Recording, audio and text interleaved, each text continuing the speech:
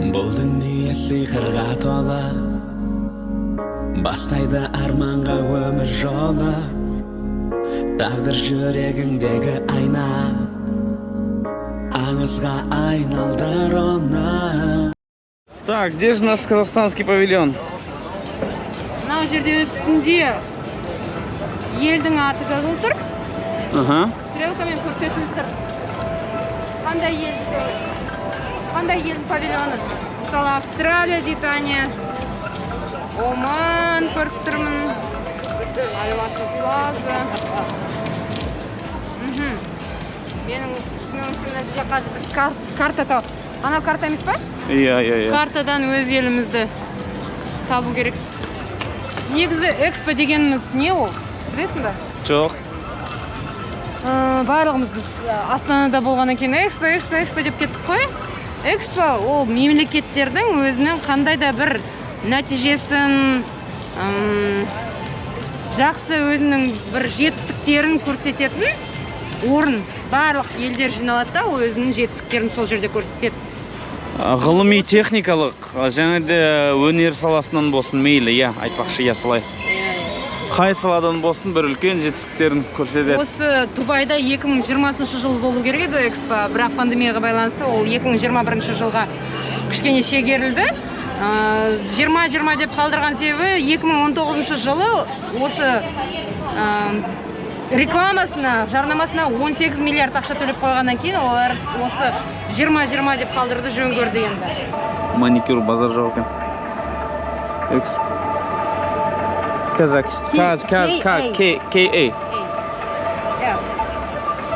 K.A. Біздің Қазақстандікі қайда деп сұрап жатырмыз да сол. Мәссаған, мынау несі?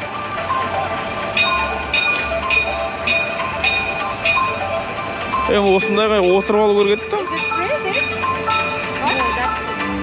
Yeah, that one, but I think this is for school. For school? You have to go down, straight. Yeah. You know this Al-Wasal? Al-Wasal is in front. Keep going until you see. Yes, Al-Wasal. No, still, after you see this one with blue, yellow. Yeah. Continue going straight. You will see one building like this. Okay. The center is like this. Yeah. Okay. It's circle. Okay. And then you continue going straight again. Yeah. This, yes? Ана тұрған түрлі түсті ғимарат бар ғой, соның оң жағынан барып, соны айналып өтесіңдер дейді. Сол жерде Қазақстандікі дейді. Ал бұл жерге кіру бағасы қанша?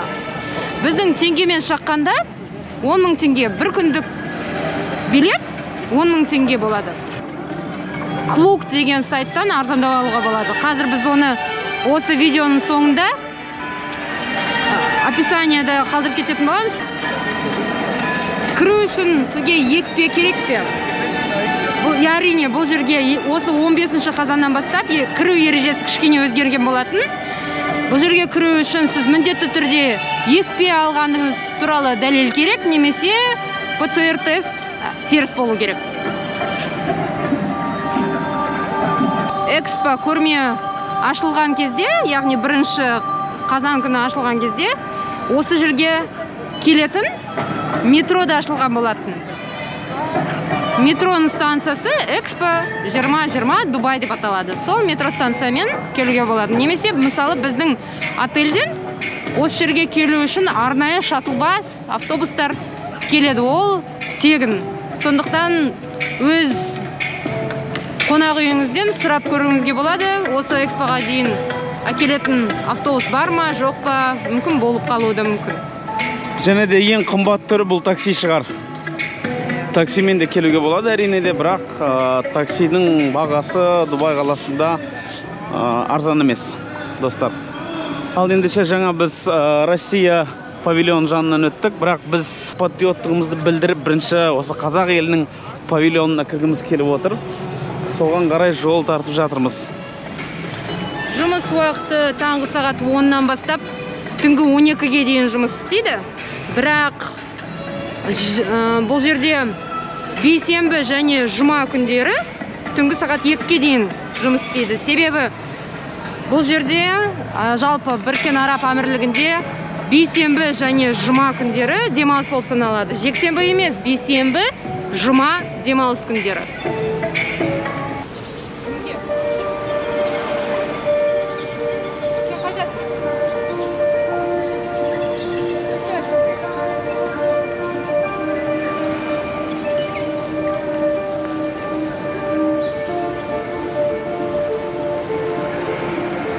Здесь, оказывается, есть пояснение. Смотрите, вот здесь вот написаны названия стран и с флагами павильонов. Вот B2 это сектор, это цвет павильона. У нас он такой какой-то розовый, что ли. И номер павильона 197. Вначале мы этого не поняли, сейчас мы это видим. Вот у нас несколько павильонов: синий, желтый, розовый, этот немного какой малиновый, что ли, какой-то. Есть желтый, а есть оранжевый, вот есть зеленый. В общем, раз, два, три, 4, 5, 6, 6 цветов, 6 получается, да, 6 зон. И вот, и потом по номеру находим Казахстан. Вот здесь вот у нас 197. Вот это Казахстан. А мы сейчас находимся... А мы находимся сейчас вот здесь, представляете? Мы сейчас вот так выйдем, и вот так, и туда пойдем. Чувствуется масштаб. Очень огромные строения. 3,2 гектара занимает общая площадь Экспо. Мы когда приехали на парковку, я сразу понял, что, блин, здесь будет что-то грандиозное, потому что сама парковка, не знаю, наверное, как вся территория нашего Экспо в Казахстане. Очень круто.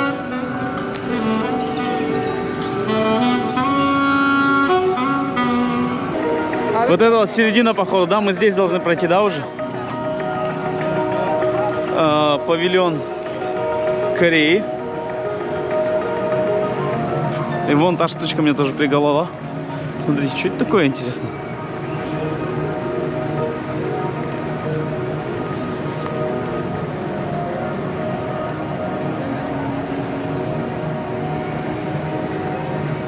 Люди там в труселях двигаются. Смотровая площадка. О, прикольно. С бассейном, что ли?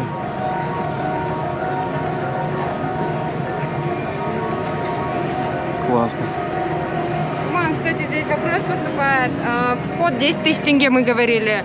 Это на каждый павильон спрашивают? Нет, вход вообще на Экспо на один день 10 тысяч тенге. Но за один день вы успеете пройти, я думаю, 2-3 павильона. Поэтому можете взять билет на 30 дней. Стоить будет он около 20 тысяч тенге. Дубай Экспоның дәл ортасына келдік. Өзіңді бір басқа планетада жүрген сияқты сезінесің, иә, мына жерде. Ja.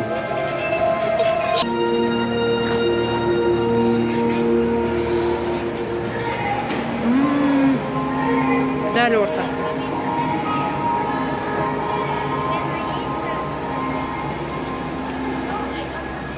Вау. Мына жерде ортада шоу болатын сияқты. Иә. Мына орындықтар қара. Иә.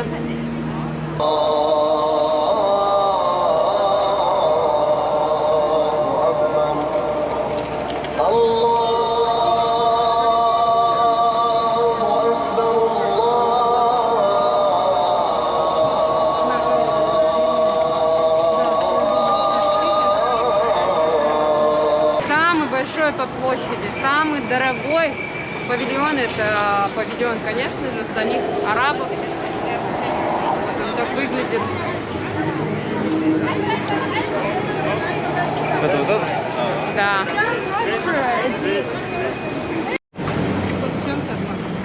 Павильон Великобритании выглядит вот так.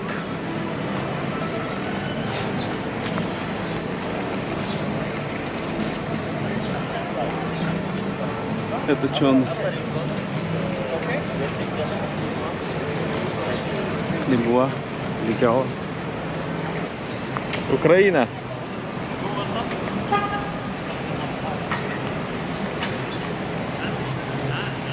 Монако. Монако.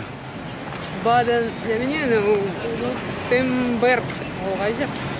Бізде негізі 192 елдің павильоны бар. Судан, Тунис, Либия, Либерия. Либанон.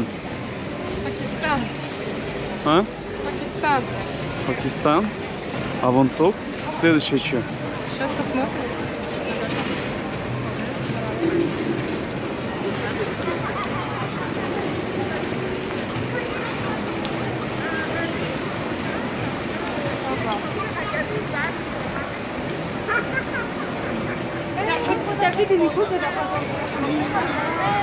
Пакистан прикольно замутили. Дискотека, ну, клуб какой.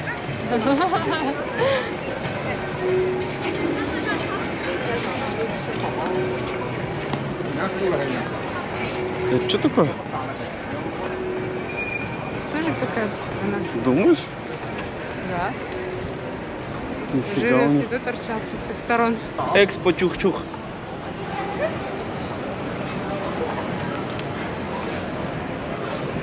Говорят, это для школьников. Мы не в ту сторону пошли. Не делайте наших ошибок, просто возьмите сразу карту и все. Чайна. Это чайна? Вон красный А, чай. чайна это да, здоровый.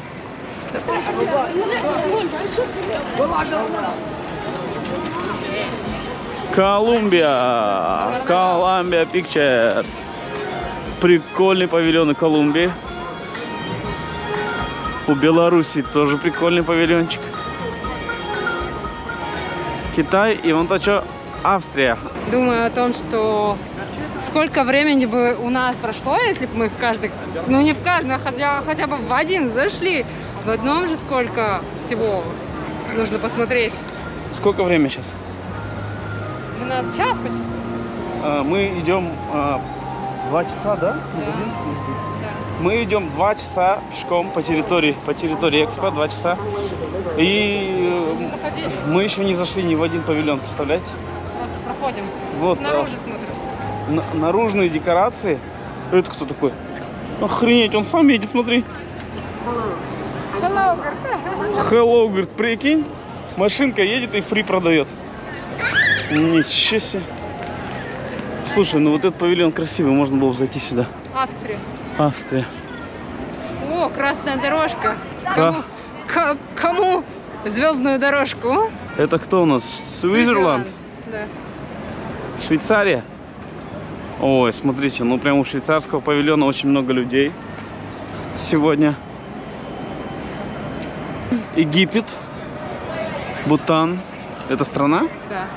Первый раз слышу. Бутан, я думал, это газ. Химический элемент? О, Гватемала. I know Гватемала.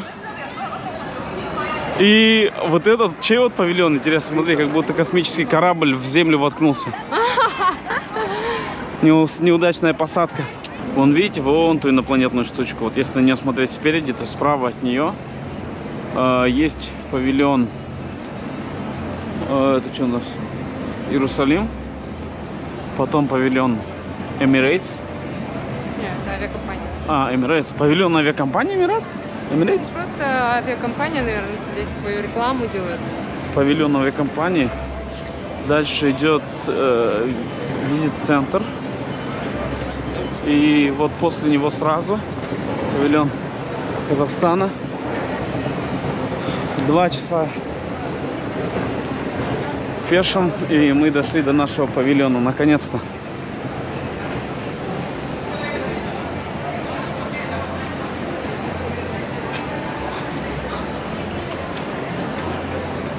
Наш павильон прям где-то на окраине, как будто.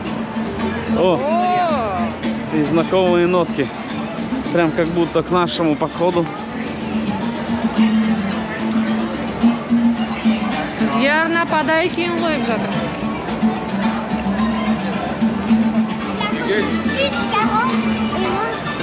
О, чиркте поехали. Салатова хош келдіңіз. Күтетін уақыты 18 минут. Өте беріңіз. The waiting time is 17 minutes, sorry. Welcome. Почему? Why?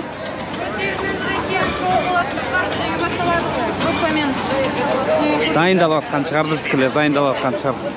Жарайды, кипиш көтермей ақ қояйық. Шоу бар, қазақша ресторан бар, соған кіргіміз келіп отыр.